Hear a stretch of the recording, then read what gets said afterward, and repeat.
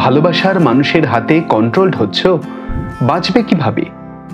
তোমার ফোনে বারবার কল আসছে, তুমি এখন কোথায়, কার সঙ্গে, কেন বন্ধুদের সঙ্গে এত সময় কাটাচ্ছ?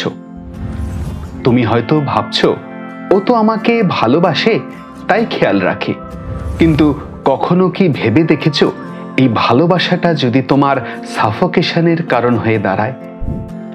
ভালোবাসা আর কন্ট্রোল, এই দুইয়ের মধ্যে পার্থক্যটা বোঝা জরুরি। এই প্রসঙ্গে একটা ঘটনা বলি। একটা মেয়ের গল্প, যার নাম অনন্যা।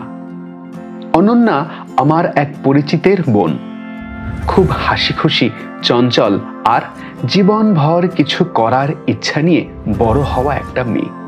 কলেজে পড়ার সময় ও একটা ছেলের সঙ্গে সম্পর্কে জড়ায়। ধরা যাক তার নাম সৌরভ। প্রথমে সবকিছুই ছিল খুবই সুন্দর। সৌরভ ওকে ভালোবাসতো, সময় দিত, ওর ইচ্ছেগুলো শুনত। কিন্তু ধীরে ধীরে শুরু হয় ছোট ছোট বাধা। এই জামাটা কেন পরেছ? ওই ছেলেটার সঙ্গে কথা বলো না। তোমার ভাইয়ের সঙ্গে এত ঘনিষ্ঠতা দরকার নেই। আজ আর টিউশনে যেও না, আমার সঙ্গে থাকো। অনন্যা প্রথম দিকে ভাবতো ও আমাকে ভালোবাসে বলেই এসব হয়তো করছে, কিন্তু ধীরে ধীরে এই ভালোবাসা একটা অদৃশ্য জালে পরিণত হয়।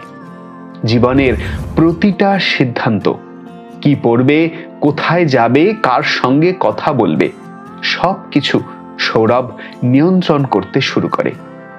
একদিন ওর বন্ধুদের সঙ্গে বেড়াতে যাবার প্ল্যান ছিল। সৌরভ ফোন করে এমন ঝগড়া করলো, ও শুধু প্ল্যান বাতিলই করলো না, ভবিষ্যতে আর কোনো বন্ধুর সঙ্গে মিশতেই ভয় পেতে শুরু করলো।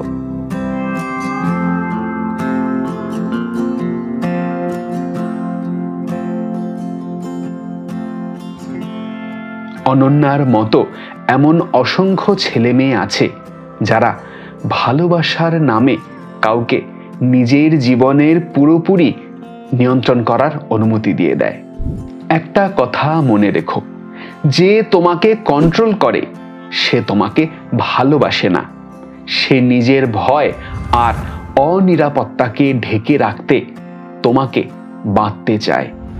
ভালোবাসা মানে স্বাধীনতা, সম্মান, একে অপরকে নিজের মতো করে বাঁচতে দেওয়ার অধিকার দেওয়া। কি করে বুঝবে তুমি কন্ট্রোলড হচ্ছ কিনা? সে তোমাকে বারবার অপরাধ বোধে ভোগাবে। তোমার মনে হবে তুমি যাই করো না কেন সেটাই ভুল। তুমি নিজের মতো কিছু করলেই প্রশ্ন উঠবে, আমাকে জানালে না কেন? তুমি কি আমাকে ভালোবাসো না? তোমার পরিবার বা বন্ধুদের থেকে সে তোমাকে দূরে সরিয়ে দেওয়ার চেষ্টা করবে। তুমি ধীরে ধীরে নিজের ইচ্ছা, স্বপ্নকে ত্যাগ করে ফেলতে চাইবে তার ইচ্ছায়। তোমার প্রতিটা কাজের জন্য অনুমতি লাগবে তার। এই অবস্থাগুলো অনেক সময় এমন এক জায়গায় গিয়ে পৌঁছায় যেখানে গিয়ে তুমি বুঝতেই পারো না তুমি ইউজড হচ্ছ কিনা।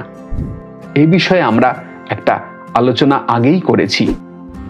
ভিডিওটি হলো ভালোবাসার নামে তুমি ব্যবহৃত হচ্ছ কিনা তা বোঝার।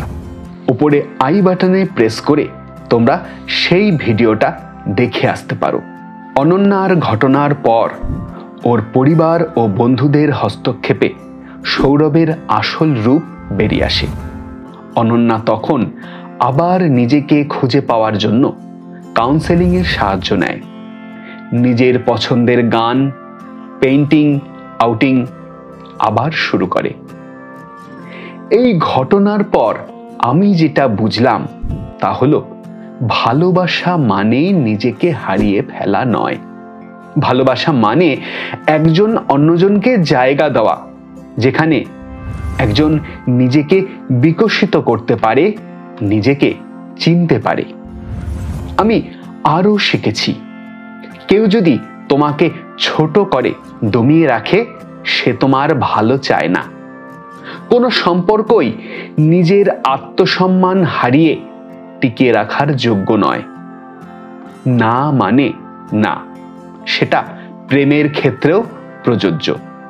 বন্ধুরা, এই ভিডিওটা যদি তোমাদের মন ছুঁয়ে যায় তাহলে অবশ্যই একটা লাইক করো। আমাদের ইউটিউব চ্যানেল ইগনাইটেড মাইন্ডকে সাবস্ক্রাইব করে বেল আইকনটি প্রেস করে রেখো, যাতে পরবর্তী ভিডিওর আপডেট মিস না করো।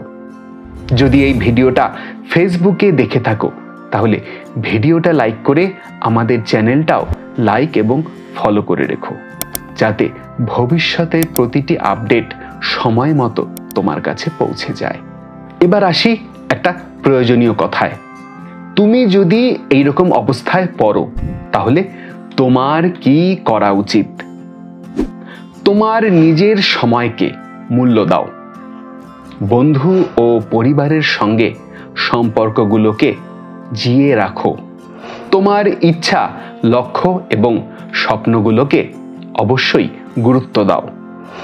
নিজেকে জিজ্ঞাসা করো, তুমি কি এই সম্পর্কে নিরাপত্তা উপলব্ধি করো? প্রয়োজনে সাহস নিয়ে বেরিয়ে এসো নিজের জন্য। বন্ধু, তুমি খুবই মূল্যবান। কেউ যদি নিজের ভালোবাসার নামে তোমাকে একটা কৃত্রিম খাঁচায় বন্দি রাখে তাহলে সেটা ভালোবাসা নয়, সেটা একটা নিয়ন্ত্রণের খেলা। আর সেই খেলা থামাতে হলে তোমার দরকার সাহস, সচেতনতা আর নিজের প্রতি ভালোবাসা। ভালোবাসায় থেকে যদি তুমি প্রাণ ভরে শ্বাস নিতে না পারো তাহলে তা থেকে মুক্তি আসলে নিজের প্রতি ভালোবাসা।